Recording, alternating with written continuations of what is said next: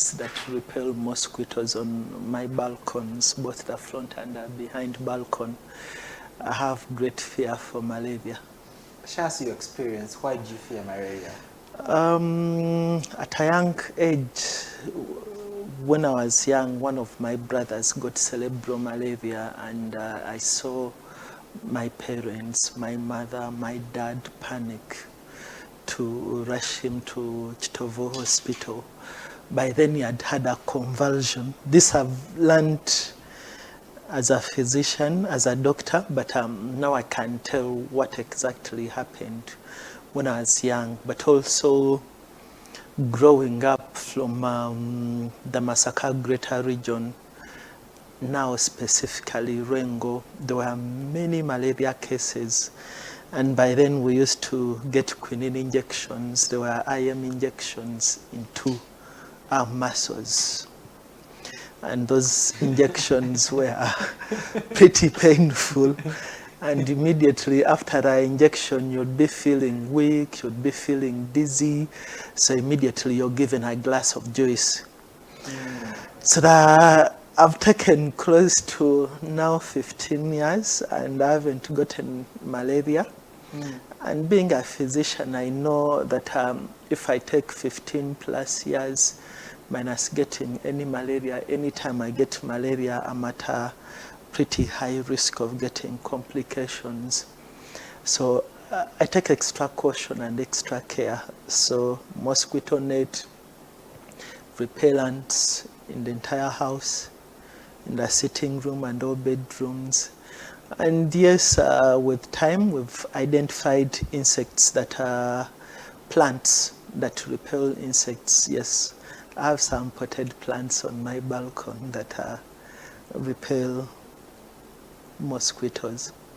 Perfect. I love your story, and I have just learned that ending malaria started with you by the experience. So should we wait for every Ugandan to have such experience? No, we don't need to wait for every Ugandan to have such an experience.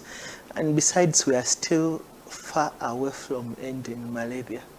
It has been on since our parents, and here we are. I've grown up seeing malaria cases. I'm treating malaria cases as a doctor. I'm being consulted for complicated malaria occasionally. And yes, to our viewers and everyone out there, possibly we are not ending malaria soon, so we need to take precaution. Very important points from Dr. Andrew, our physician, said today. Now I want to explore why is malaria, just like you said, we started the end very many years back, but the end is justifying the meaning maybe.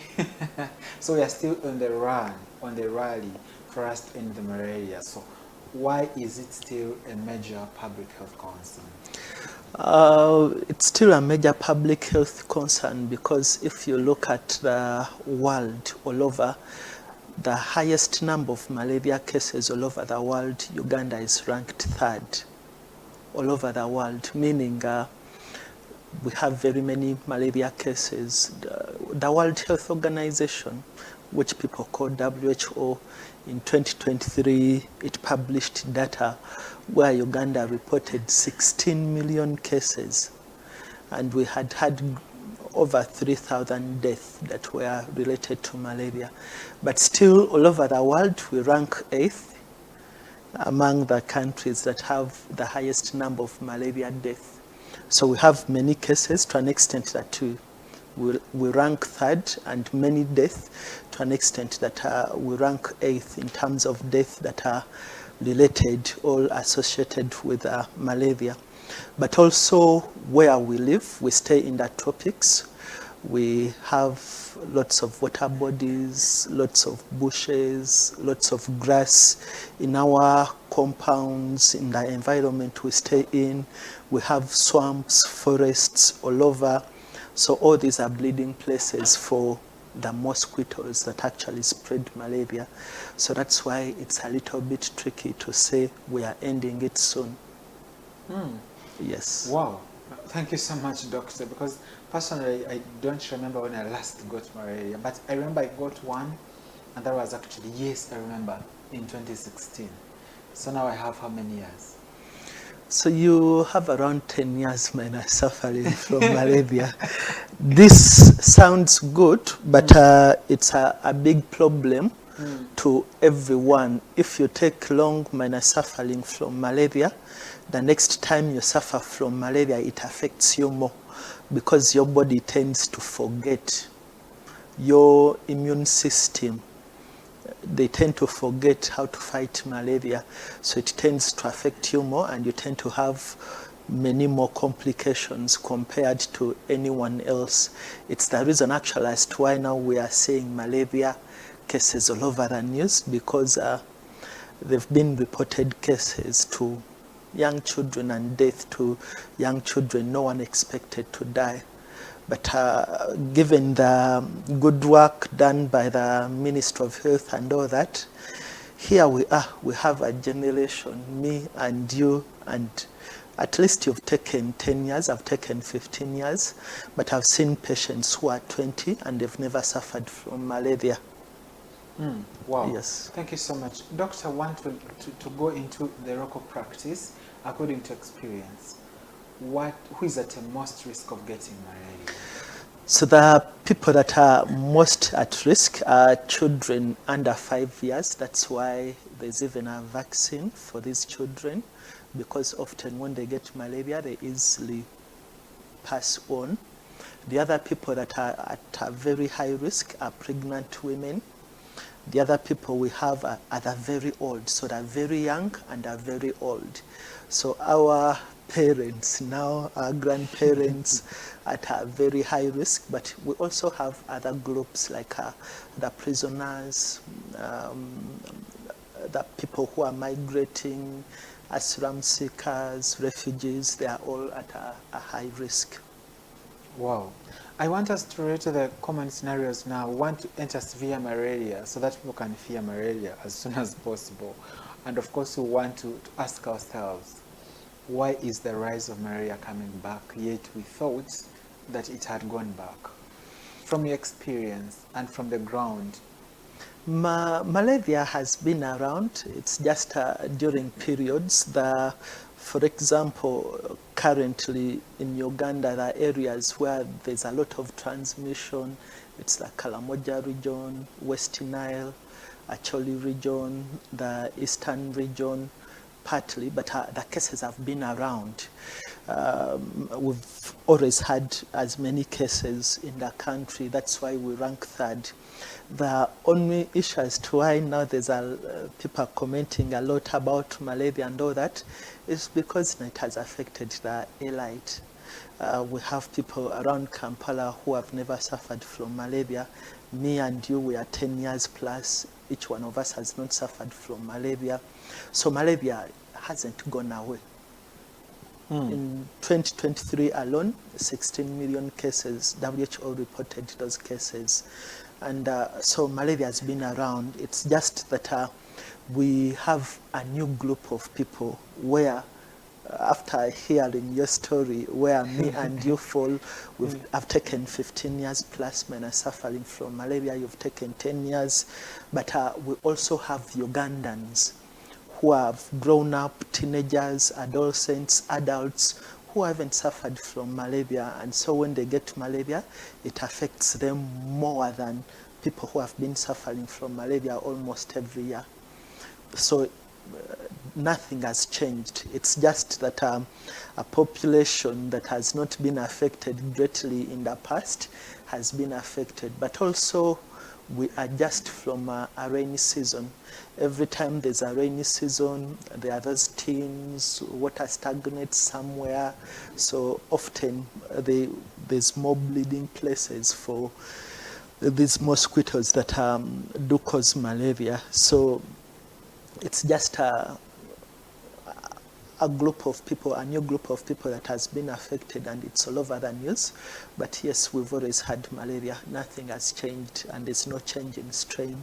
It's still the same malaria. Perfect. Thank you so much, Dr. Andrew. I want us now to know, is it a silent killer? Because it looks like maybe the symptoms and the signs, you remind us. So malaria is not pretty a silent killer, but of course death have always been reported all over the world, and also mainly in the tropics, and we rank 8th all over the world in terms of death. It's not a silent killer, but maybe people have become complacent. One of the things is for example, we stay here in the central. Now, in the central, malaria, it's equivalent to saying I have a fever. So anytime someone is feeling hot, their temperature is a bit high, that's a sign that you should go to a hospital to see a doctor. But almost everyone who has a high temperature here in central, the way we translate it, it's equivalent to saying someone has malaria. So even when you have a cold flu, you can have fevers, and then people say, Nino musujja, which translates almost to saying malaria. But maybe we should specify and we say, na local language, Nino musujja gwensiri. Not just saying Nino musujja. So sometimes people delay to come to hospital. Someone is having a high temperature, they are feeling cold, their joints are paining, they feel generally weak.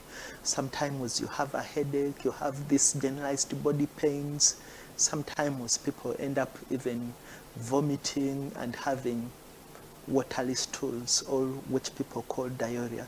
So many times possibly many people are becoming doctors, even the herbalists. So people have symptoms and delay to come to hospital. So by the time they come to hospital, the malaria has already affected their kidneys, their liver, their lungs, their brain. And in the worst feared cases is when someone convulses. That's when locally everyone thinks malaria is worse. But there are even more other worse complications. Perfect. Thank you so much, Dr. Andrew. And of course, we've looked into signs and symptoms, but you talked about something that is important, where every person says Nino Musuja. Now that brings us to the diagnostic criteria, where maybe how best can we diagnose this and people know that you either have malaria or not? So yes, it's very important that we make a diagnosis, a right diagnosis of malaria, because very many other diseases, even a cough flu, a common cold, even when we had COVID, people had fevers. So very many things can present the same way as malaria. But often when you have a fever, it's very key and very important that you go to hospital, you get to see to any hospital nearby you, a doctor sees you, and they will examine you, and they'll be able to even take your temperature. You can go to hospital, and at that particular point, your temperatures are okay, but you felt a fever, so the doctors will take a blood sample. Now, the tests for malaria that are readily available, there are two tests. One is a strip, where they just drop a sample of blood and they see lines. Now, that's a screening test.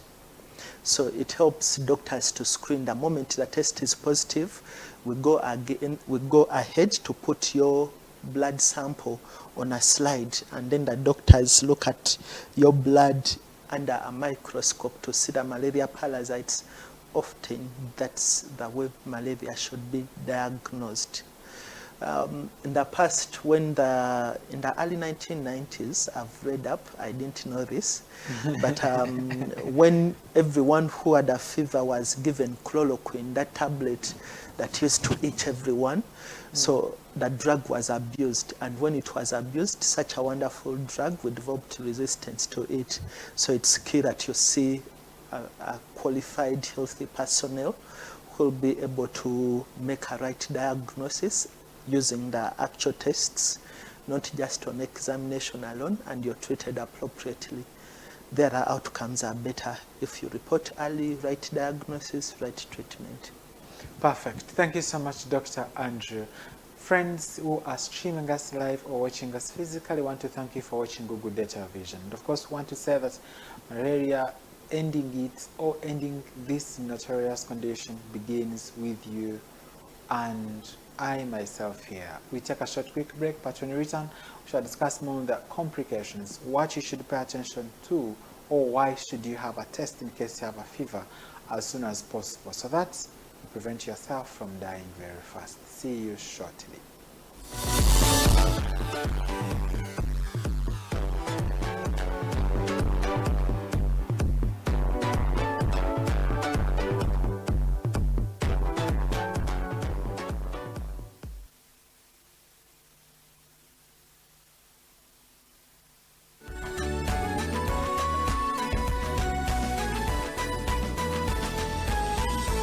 Good Day TV, transforming your life.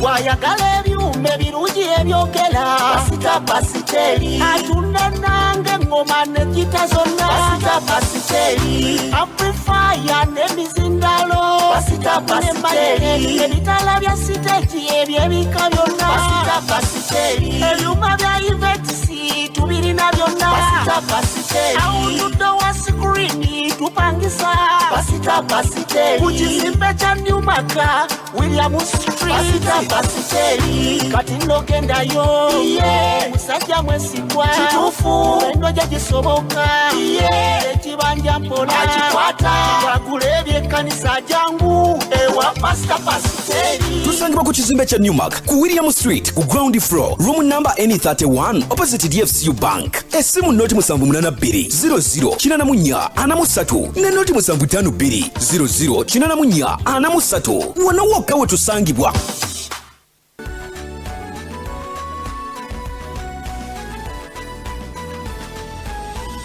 Good Day TV, transforming your life.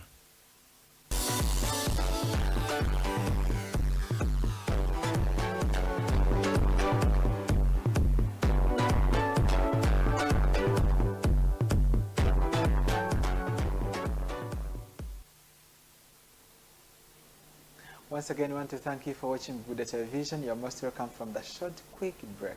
We often ask you to walk around, take some water and exercise so that you do what the Rachel recommends, but also as part of self-care. Remember, all these guidelines are given to us so that you can implement them and speak them to you wherever and whenever we are here. Self-care is the self-love or the actions you do or how you take your lifestyle in the presence or the absence of a health worker. Please do these things every day and make sure you live a healthy lifestyle. Because also malaria comes in when actually you're not doing self-care, or you're not minding about yourself. Imagine you have a fever, you spend 3 days, 4 days treating a fever with no diagnosis when you haven't actually seen a health worker. Doctor, actually now you first talk about most people, they get a fever and keep with it. They first treat it themselves. First talk about that. So that's a common practice to most of us Africans. Again, Africans. Most of us Africans, most of us Ugandans, and to us men, it's worse compared to the ladies. The ladies run to hospital a little bit earlier. But trust me, Kamara, when you get a fever, you take some good days. That's common to everyone. People tend to swallow paracetamol. People, our pharmacies, you can buy anything you want from our pharmacies. So it's key that people change, because many times the paracetamol you're taking should just bring down the temperatures. So you should take the paracetamol and then actually run to hospital to see a doctor, to see a qualified medical personnel. You get checked, and after getting checked, a right diagnosis is made and right treatment is given. Anytime you're taking paracetamol, it's equivalent to having a fire and you pass some little water. That same fire will come back. So you need to extinguish the fire completely. So it means you go, they make a right diagnosis, you're given the right treatment. This helps reduce complications, even reduce admissions, and also reduce death. So I'd implore all Ugandans, and especially the men, that we should go to hospital, we should seek care as early as possible and as soon as possible. Why do you think men take long to come to the hospitals? It's inborn for most of the men. Men think they are lions, they are strong, As a man, they why are would busy. Kamara, me and you know that men seem to be so busy and we don't take much care regarding our health. So if you have a fever, you first take some paracetamol. So many men need a lot of education. You're thinking about money, thinking about family, thinking about different things, thinking about a business deal. You don't think, you think the fever can wait, health can wait until the business deal is done, until your journey is done. Before you know, you have multiple complications and you're admitted. Wow, wow. Now, why should we pay attention to malaria is the next question in bid to come into the complications. Colleagues have to know that the complications from malaria are so vast and are the leading causes of death. While malaria may actually spare you, the complications may kill you. So want to talk more about complications, doctor, one by one, and how it comes about and how it kills us faster. Yes, so the complications almost affect the entire body.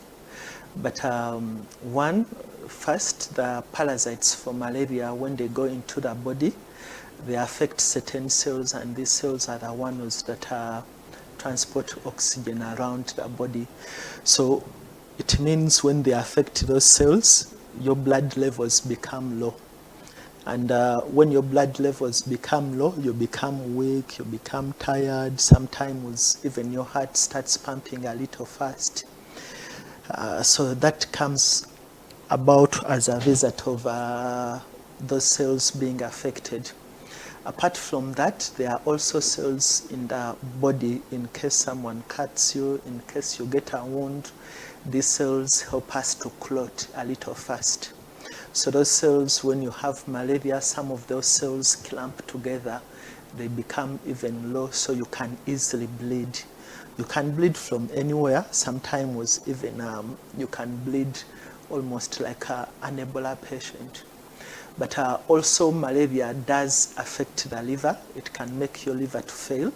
And the liver is one of the organs that actually helps us a lot also in making certain components, certain things, certain proteins in the body that help us to clot. The doctors call them factors, but I'm trying to find simpler terms for everyone to understand. So malaria can make your liver to fail. It can make your liver almost fail to form those other blood products that are often in the circulation that help us to stop bleeding, so you can easily bleed from anywhere in the body.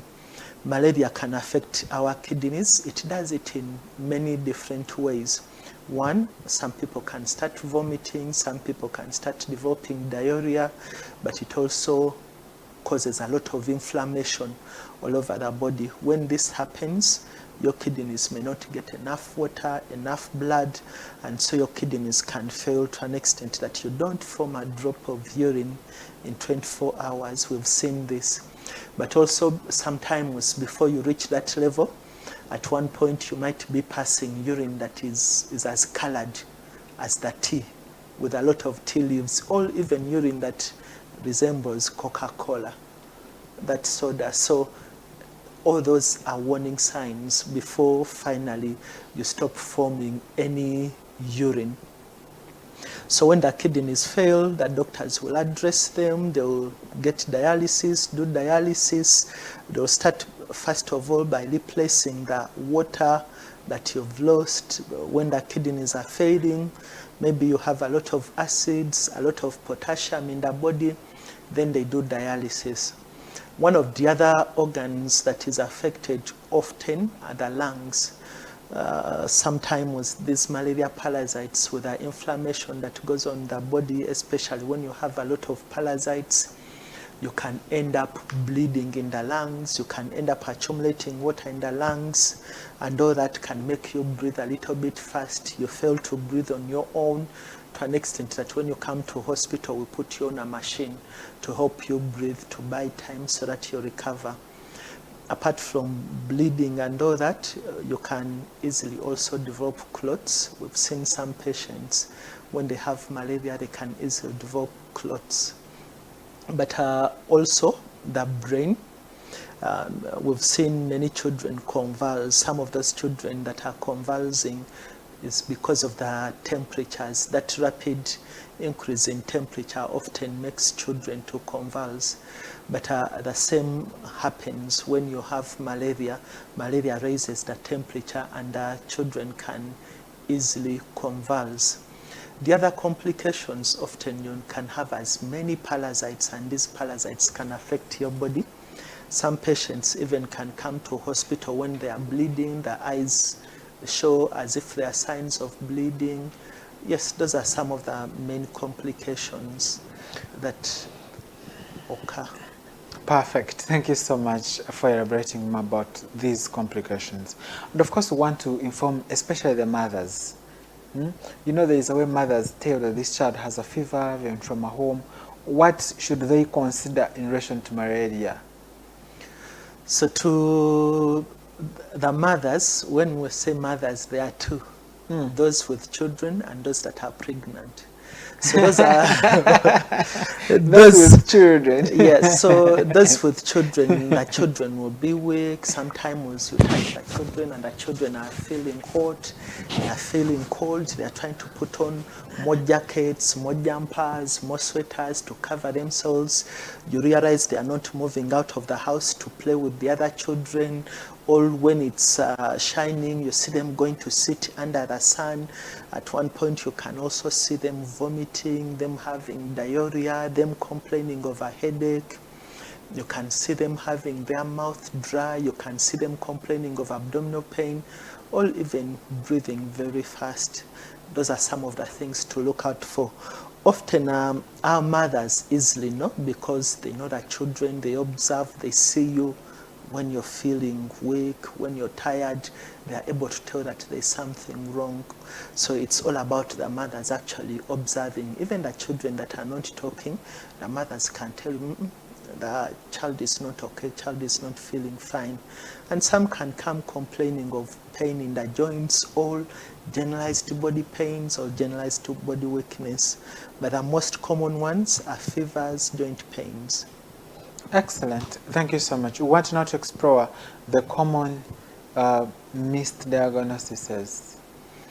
So the malaria, yes, can be missed. I must say this every time I'm seeing patients and they come in with fevers. One test for malaria does not rule out malaria. So a doctor may tell you, yes, the malaria test is negative, but if fevers persist, please come back to hospital. You can come back after 12 hours when things are worse. You can come back after 24 hours when things are worse, and then they repeat the test and the test is positive. So when one test is negative, to all our viewers over there, if one test is negative from one hospital, and you go to another hospital 24 hours later and it's positive, doesn't mean one hospital missed it. No.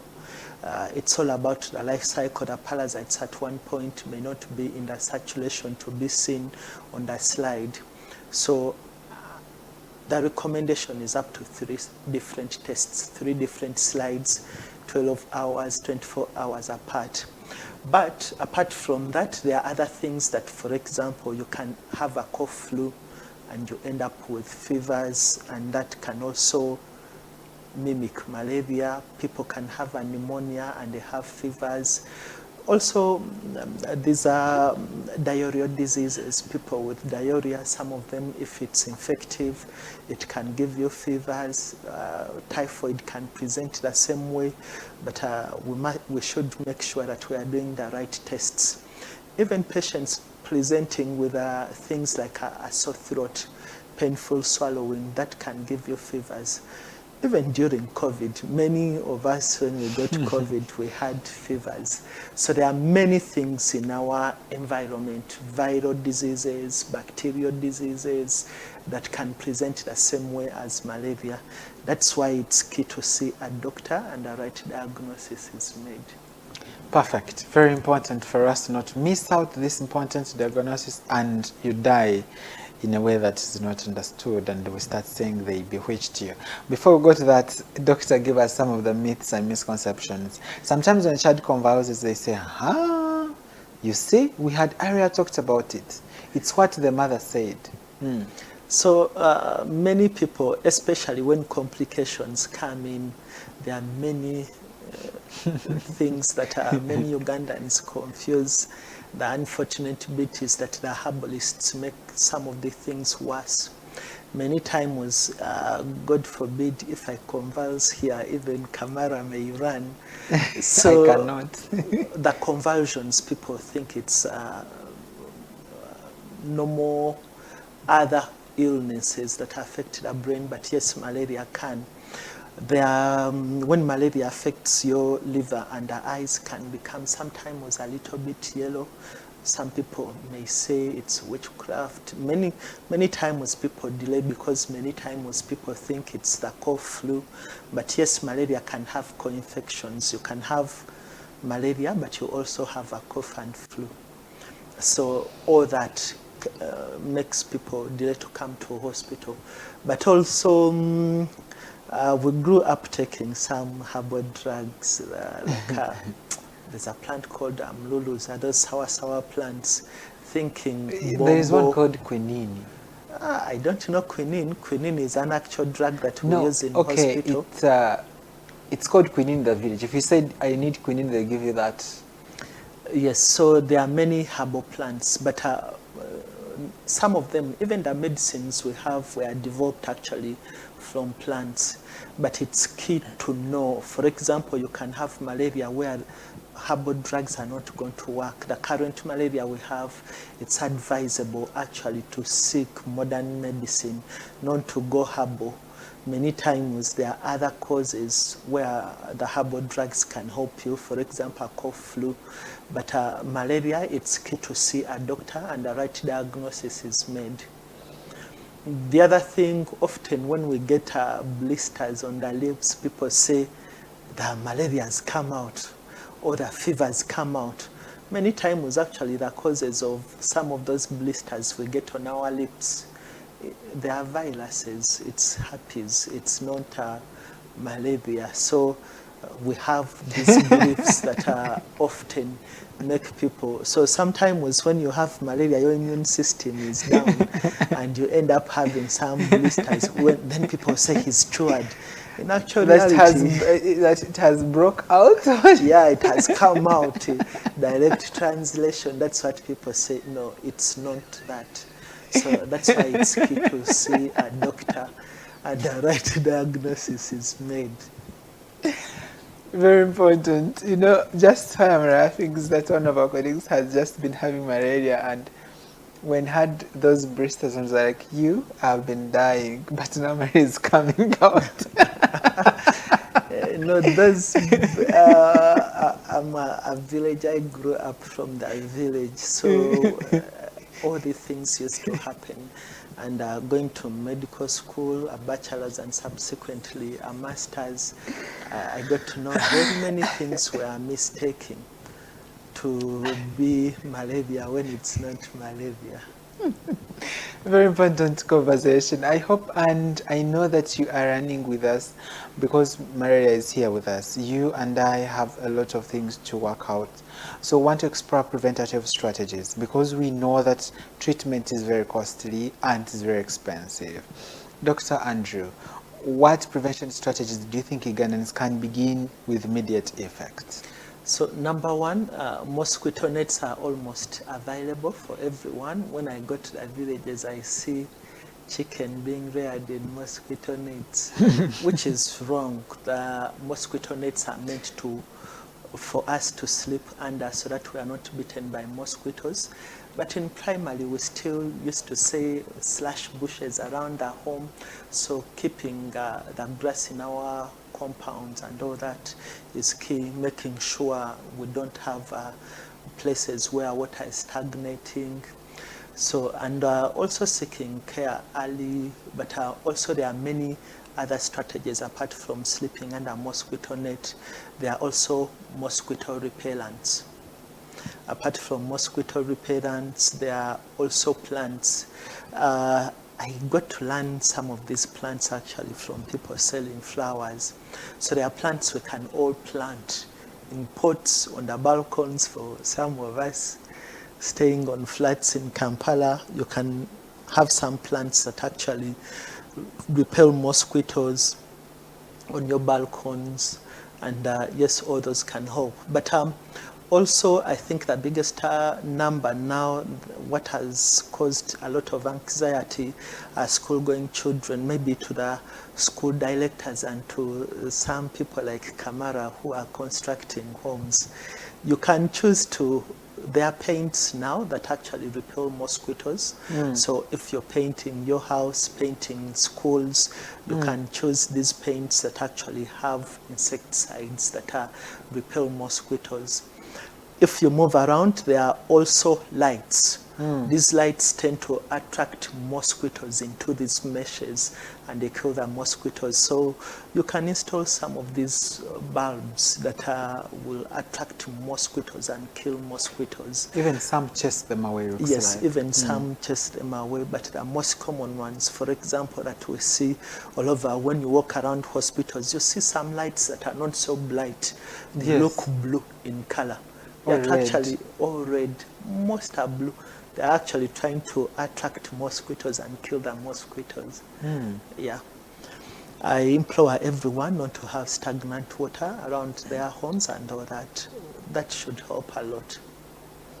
Perfect. Very important. Are there clothes that repel mosquitoes? Often there are no clothes that repel mosquitoes, but we have advice. For example, if I'm going up country, I tend not to put on this kind of shirts and a short sleeved. I then tend to put on long sleeved clothes because, and long sleeved trousers, because by that I tend to cover the entire body. So the people who put on jackets and all that, it helps to protect. In other words, the areas exposed for the mosquitoes to bite are less. If we go, for example, to the village and you're putting on shorts and I'm putting on my big jeans that are covering my feet, you'll be bitten more by mosquitoes because you're putting on shorts and putting on light. So clothes that are a bit thick and long-sleeved jackets, they help to reduce on the number of insect bites. This is also being practiced, for example, in the Tilenga project. People staying in the camps, they don't allow short-sleeved and shorts. You're putting on long-sleeved and trousers, not shorts. It reduces on the mosquito bites. But also, there are many people who stay outdoors. For example, in the evenings, when you're outdoors, you're giving mosquitoes chance to bite you. So late evenings, being indoors, and using the other preventive measures we've talked about should be of much help. You know, campfires are one of the most common things now. Everywhere, campfire. You go to sit campfire, get-togethers have campfires, and you have to have fun. What do you speak about them? So I've gone for campfires. You like them? I do like them, but people at campfires are putting on shorts, and you know, when you put on these campfires, more mosquitoes are going to come around the people, so you end up getting malaria. So for those campfires, of course, the young people like Kamara, like me, may not listen until you go through stressful events, but it's advisable to put on trousers, long trousers that are a bit thick, long-sleeved shirts, and if possible, you can also put on a coat. That reduces on the mosquito exposure and also on the bites from mosquitoes. Perfect. Thank you so much, Dr. Andrew. For our viewers, we really know that you've learned a lot, and just like we encourage you to visit our social media platform, please go ahead once more and be on X, Twitter, or LinkedIn, Facebook, and other social platforms so that you can share your comments, opinions about malaria in case you have suffered malaria before or you have an experience you have to share for your relative. Please go ahead and share them. We shall be happy to hear your story. Dr. Andrew, let's copy Pontable. What do you think Pontable should do for us, the policymakers? The policymakers are already doing great. For example, currently there's a lot of sensitization. The Uganda Pediatric Association is visiting schools. They keep on distributing mosquito nets. Maybe it's us, the population, that are not doing enough, that are reporting to hospital late, but the ministry has a very big project.